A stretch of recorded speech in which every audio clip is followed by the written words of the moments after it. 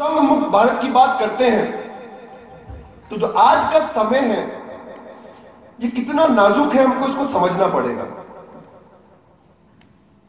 1950 26 जनवरी को हमने एक संविधान माना जो बाबा साहब भीमराव अंबेडकर ने लिखा था, जिस संविधान की प्रस्तावना बोलती है कि हम धर्मनिरपेक्ष, समाजवादी, लोकतांत्रिक, आजाद देश हैं।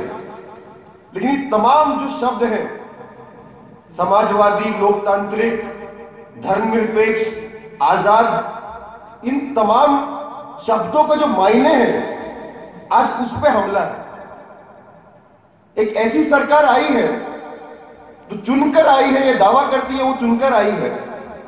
किस तरीके से चुनी है मैं उसमें बाद में आऊंगा, लेकिन उनका दावा है कि वो लोकतांत्रिक प्रक्रिया से चुनकर आई है और संविधान में उन्होंने शपथ ली है।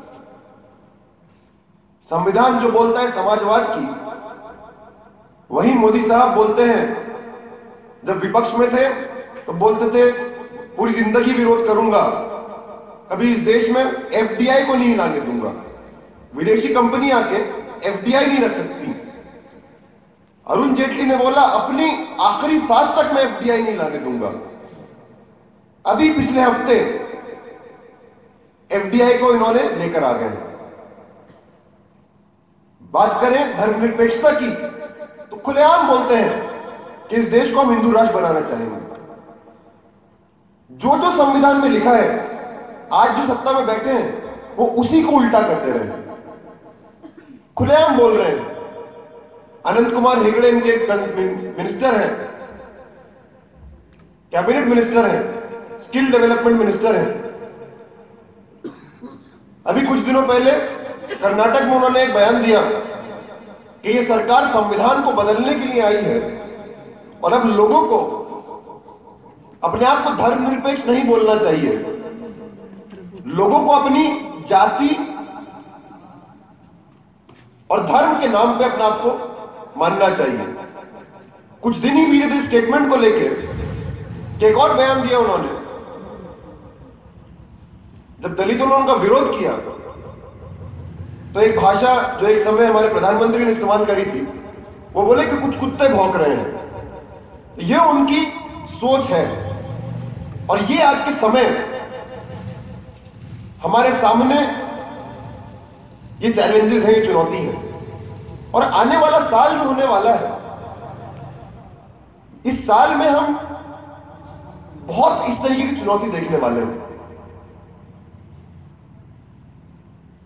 इस एक साल में अभी मोदी साहब ने कुछ इंटरव्यू दिए जहां बताया हमने विकास के लिए किया, विकास के लिए वो किया।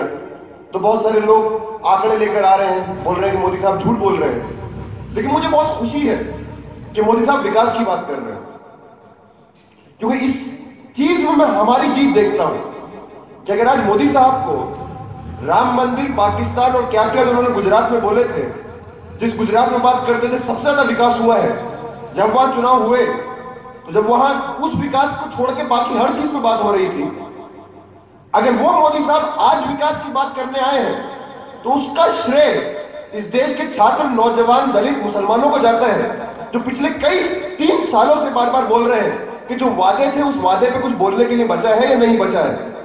आज वो आए हैं मुद्दे पे और अब खुली चुनौती है, इस मुद्दे पे रुकिए। और हमें पूरा विश्वास है एक साल अगर आप इस मुद्दे पे रुक गए तो एक साल बाद जो अच्छे दिन आए नहीं, आपके बुरे दिन अब आने शुरू हो गए, एक साल के अंदर आप बाहर